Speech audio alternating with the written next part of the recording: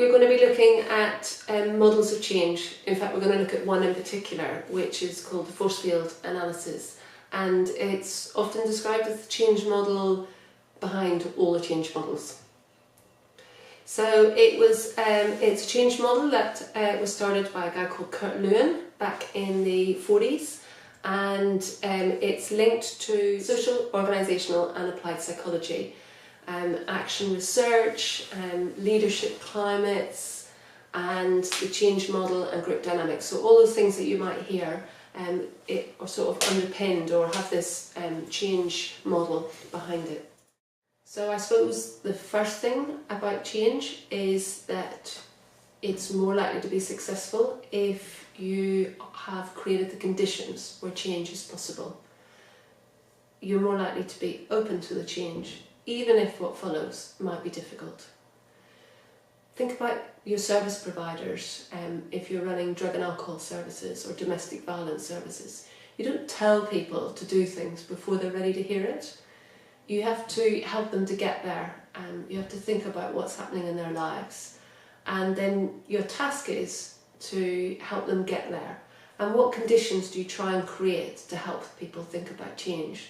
Give them some time out, give them some safe space, get them off the street so they're in some stable accommodation, so then they can start to think about trying to tackle their drug or alcohol use. Don't just tell them what they've got to do. That's not going to work. So what happens in a service or in a big system when you're trying to create change? Well, generally people admit something is not working and they want to make something better.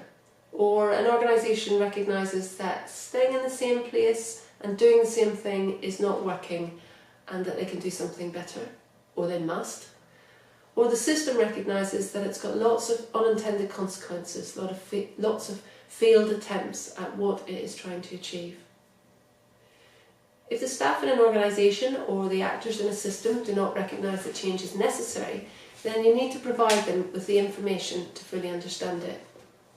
You have to have a clear distinction between the current experience, or the current position, and what is possible and desired.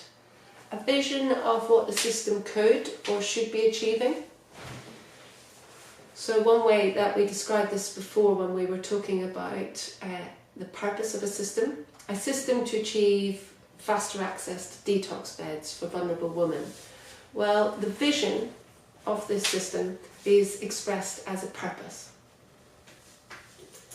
But if one part of the system is particularly resistant or chilly to change, then you have to work extra hard at getting people to sign up to the change, and that might be needed in order to meet your vision. So you have to have some really meaningful dialogue, and remember that when people are resistant or when groups are resistant, they normally have something that's worth listening to. So those in charge also need to be able to unfreeze their views on what is needed and hear the perspective from the others who might be more resistant. This is what we call unfreezing. So identifying what the problems are, gathering the data to understand this as much as possible, and working with everyone on this, including users, staff, strategic partners, stakeholders. It's all about communication, communication, communication. Okay, so everyone's on board with the change to some extent, and it's really important to remember that different people and different groups will respond to change in different ways at different times. There's that cycle of change that people go through, a range of different emotions.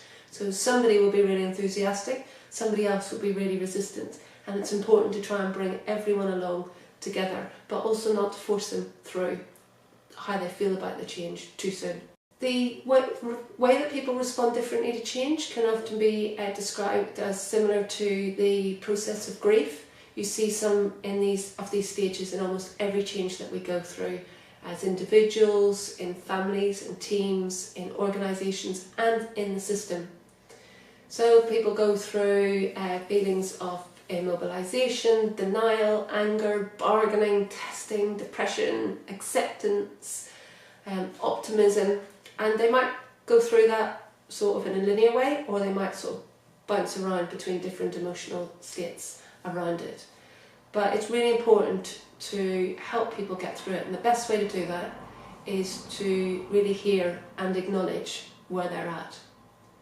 So in order to try and create some systems change, you need to do lots of communicating in this thing, you need to get people involved, you need to negotiate with them about the change, and maintain an ability to work together instead of just trying to force it through. And there's also something about allowing enough time for change to show the effect. So this is what we call a system delay. It's like when you turn the shower on and you get really cold water, and so you whack it up to try and get hot water, and you wait a while, nothing's happening, you whack it up a bit more, and then the next minute you're absolutely scalded. So then you turn it back down again, and actually instead of whacking it up and back down again, what you need to do are really small changes and then wait and see what happens.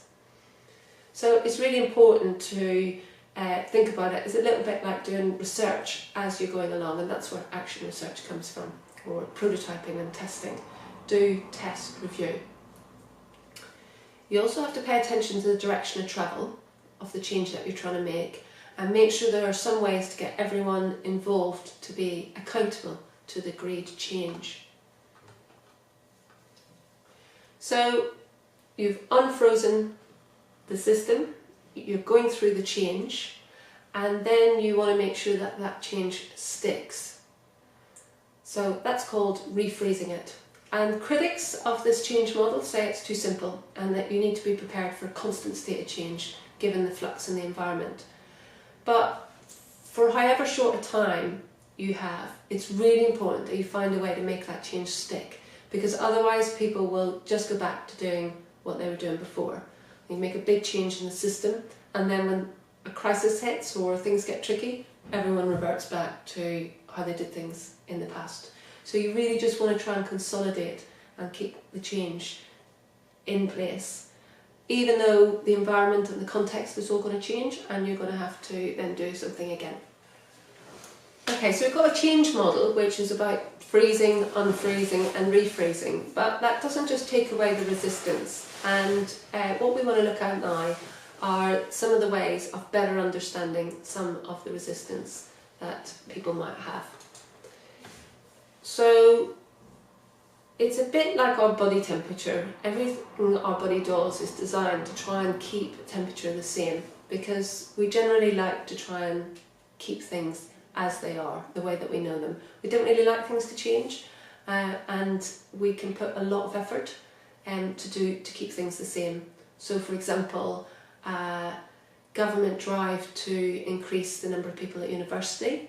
It might lead to massive demand on universities, and so a need to introduce fees to cope with the costs of everyone going to university, and then the introduction of fees might result in a lot of people deciding they don't want to go to university.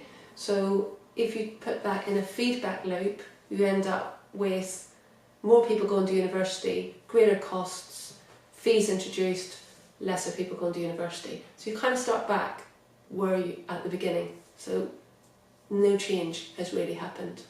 So that's kind of the way systems often operate. They'll try and do something in order to not create a change. And if you think of that like a bridge, it's like an issue is held in balance by the interaction of two opposing sets of forces. Those forces that are trying to promote change, which can be described as the driving forces, and those attempting to maintain the status quo, and they're called like restraining forces. So the forces on this bridge are equal, and they keep the bridge nice and stable. And the force field is in equilibrium, and Kurt Lewin described this as the quasi-stationary social equilibrium. So let's think of an example. Let's try and we want to make a change to make our work environment more pleasant. Well, the driving forces is that it would be a nicer place to work, and staff might feel better, more valued, and everyone would feel more energetic and supported, and then the service to the service users would be better. So People might feel more healthy, so sickness might go down. There's lots of reasons why you might want to make your working environment more pleasant. What are the restraining forces for that? Well, it takes a bit of time and it might take some money, because we might have to spend a bit of money on the environment, or actually it's quite hard sometimes to acknowledge that we haven't been looking after ourselves or haven't been looking after the environment, or everyone's a bit stuck and I've just become immune to it, so we stop seeing the environment or how we're working together. So there's a whole lot of restraining forces, and some of those are just about time and money and effort, and some of those are a little bit more deep-rooted, like it's quite hard to acknowledge that you haven't been doing something.